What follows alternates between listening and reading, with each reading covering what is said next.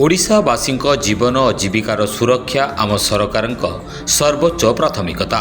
ଆଜି ଆୟୋଜିତ ରାଜ୍ୟସ୍ତରୀୟ ପ୍ରାକୃତିକ ବିପର୍ଯ୍ୟୟ କମିଟି ବୈଠକ 2026ରେ ଯୋଗଦେଇ ଆଗାମୀ ମୌସୁମୀ ଋତୁ ପାଇଁ ସାମଗ୍ରିକ ପ୍ରଶାସନିକ ପ୍ରସ୍ତୁତିର ସମୀକ୍ଷା କରିବା ସହ ସମସ୍ତ ବିଭାଗକୁ ସମ୍ପୂର୍ଣ୍ଣ ସଜାଗ ରହିବାକୁ ନିର୍ଦ୍ଦେଶ ଦେଇଛନ୍ତି ମୁଖ୍ୟମନ୍ତ୍ରୀ ମୋହନ ଚରଣ ମାଝୀ।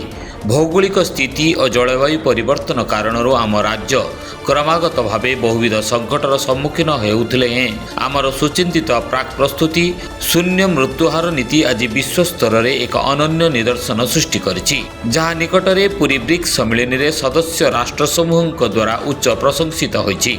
ବିଗତ ବନ୍ୟା, ଅଦିନିଆ ବର୍ଷା ଓ ସାମୁଦ୍ରିକ ବାତ୍ୟା ମନ୍ଥା ସମୟରେ ଆମ ସରକାରଙ୍କ ତ୍ୱରିତ ମୁକାବିଲା ଏବଂ କ୍ଷତିଗ୍ରସ୍ତ ଜନସାଧାରଣ ଓ ଚାଷୀ ଭାଇମାନଙ୍କୁ ଏସ୍ଡିଆର୍ଏଫ୍ ପାଣ୍ଠିରୁ ଯୁଦ୍ଧକାଳୀନ ଭିତ୍ତିରେ ସହାୟତା ପ୍ରଦାନ ପ୍ରଶାସନିକ ସ୍ତରର ଏକ ଦୃଢ଼ ପଦକ୍ଷେପ।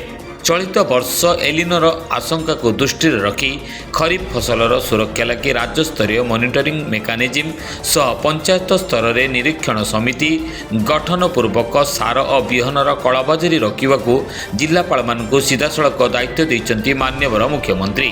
ବହୁମୁଖୀ ଆଶ୍ରୟସ୍ଥଳୀର ରକ୍ଷଣାବେକ୍ଷଣ କ୍ୟାମ୍ପ ମାଧ୍ୟମରେ ସଠିକ୍ ସମୟରେ ଏସ୍ଏମ୍ଏସ୍ ପ୍ରେରଣ, ଓଡ୍ରାଫ୍ ଓ ଅଗ୍ନିଶମ ବାହିନୀର ସଶକ୍ତିକରଣ ସହ ଗୁଜବକୁ ରୋକିବା ପାଇଁ ସୋସିଆଲ ମିଡିଆ ମାଧ୍ୟମରେ ସଠିକ୍ ସୂଚନା ପ୍ରଦାନ ଉପରେ ଆମେ ଗୁରୁତ୍ୱ ଦେଇଛୁ।